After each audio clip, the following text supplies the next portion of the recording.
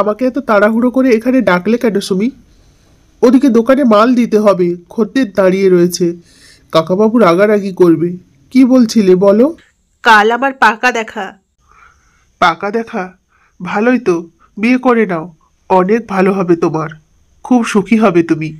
তুমি কি সত্যিই আমাকে বিয়ে করবে না? আমি তো তোমাকে বলেছি সুমি, আমার অক্ষমতার কথা। আমার কোমরে সমস্যা, ভারী কাজকর্ম করতে পারি না। তোমাকে নিয়ে গিয়ে খাওয়াবো কি? কেমন করে করবো ভরণ পোষণ? আমি কাজকর্ম করে খাবো? মামার বাড়িতে সেই কাজকর্মই তো করে খাই। মামার বাড়ির এত কাজ, কত বড় সবজি বাগান, আমি তো তাতেই কাজকর্ম করি। সেই রকম না হয় করে খাবো। তোমার তো আর জমির অভাব নেই। তা না হয় নেই, কিন্তু সারা জীবন কিভাবে? তুমি আর না করো না তো, নইলে কিন্তু আমি কিছু একটা ঘটিয়ে বসবো। ওই দিনই বোধন সুমিকে বিয়ে করে বাড়িতে নিয়ে আসে। পরের দিন সকাল হতে এক প্রতিবেশী যা সুমির শাশুড়িকে বলে, কি গো দিদি, কেমন হলো তোমার বৌমা? মুখ ভার করেই শাশুড়ি উত্তর দেয়, ছেলে যে মাকে মা বলে মনেই করলো না। ছোটবেলা থেকে কত কষ্টে আদর যত্ন দিয়ে মানুষ করেছি, সবই ভুলে গেল। ভালোই তো দিদি, এইভাবেই হয়তো ওর বিয়ে লেখা ছিল। এমনিতেই বোধনকে কেউ মেয়ে বিয়ে দিতে চাইতো না, কোমর ভাঙা বলে।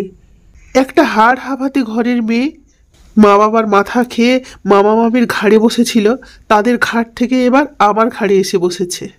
এইভাবে কেন বলছো দিদি? মা বাবা নেই তো কি হয়েছে?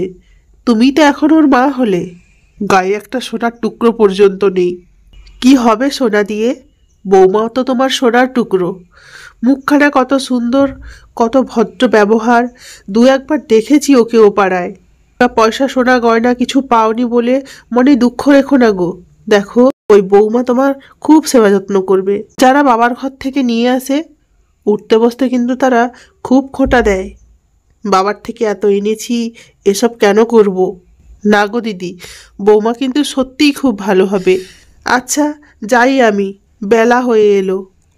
প্রতিবেশী ওই মহিলা চলে যাবার পর আর একজন মহিলা আসে। খোঁচা দিয়ে দিয়ে শাশুড়িকে বলে, কই গো বোধনের মা, কোথায় গেলে? একবারটি বাহিরে এসো। বাড়ির ভেতর থেকে উত্তর দেয়, কে? ময়নার মা? যাই। মনে মনে বলে, সকাল সকাল কাটা খাই নুনের ছিটে দিতে পৌঁছে গেছে। তা কি মনে করে এলি? দেখতে এলাম তুমি বউকে ঝেঁটিয়ে বিদেয় করেছো নাকি মাথায় করে রেখেছো। সকাল সকাল তুই কি ঝগড়ার তাল খুঁজতে এলি? সেই রকমই বলতে পারো। আমার ছেলে যখন বউ নিয়ে এসেছিল, তখন তুমি আমার বাড়ি বয়ে গিয়ে বলেছিলে কত কথা, মনে আছে? বলেছিলে আমার ছেলে যদি বিয়ে করে আসতো, ঝেঁটিয়ে বিদেয় করে দিতাম। দেখ মালতী, এমনিতেই আমার মন মেজাজ ভালো নেই। তোর কথা যদি শেষ হয়ে থাকে, তবে এবার আয়। এখনই যাব কি গো? বউকে ডাকো দেখি কেমন বউ এনেছে বোধন। হাঁক দেয় বৌমাকে। বৌমা, বৌমা, একবার বাহিরে এসো দেখি। দেখে যাও কেমন নাক কানি কেটে কি হেনস্থাই করছো আমাকে, তো ঘরের মেয়ে কোথাকার। তারপর কয়েকদিন কাটে। শাশুড়ি বৌমাকে বলল, শোনো বৌমা, এ বাড়ি থেকে তুমি নিজের থেকেই এসেছো, একটা কানা করিয়েও আনোনি। তার উপর বোধন যেন কোমরের সমস্যার জন্য কাজকর্ম করতে পারে না। কাকুর দোকানে হিসেব নিকেশ করে যাই হোক 200-500 টাকা হাতে পায়, এতে সংসার চলে না। থেকে কাজের লোক আর থাকবে না বাড়িতে, গায়ে গতরে খেটে তোমাকে পুষিয়ে দিতে হবে, তবেই তুমি দুবেলা দুমুঠো ভাত খেতে পাবে। আমি বাড়ির সব কাজ করতে পারি মা, আপনি লোক ছাড়িয়ে দিন। সুমি হাসি মুখে সংসারের সব কাজ করে ফেলে, কিন্তু শাশুড়ির যেন মন ভরে না। সুমিকে কি করে হেনস্থা করবে সব সময় মাথায় সে কুবুদ্ধি করে। বৌমা, বাড়ির কাজকর্ম কি শেষ হয়ে গেছে? যদি হয়ে থাকে তাহলে আবার পাটা টিপে দাও তো। সারা রাত বসে সুমি পা টিপে দেয়।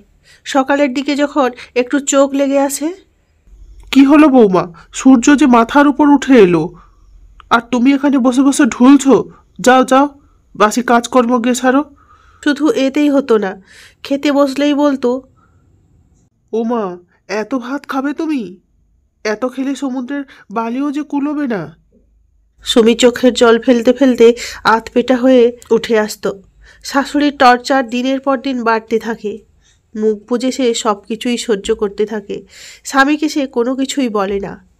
আরও কিছুদিন কাটে এইভাবে। একদিন খেতে গিয়ে দেখে হাঁড়িতে ভাত নেই। তাই শাশুড়িকে জিজ্ঞেস করে, হাঁড়ির ভাত কোথায় মা? সবাইকে খেতে দেওয়ার পর কিছুটা ভাত ছিল।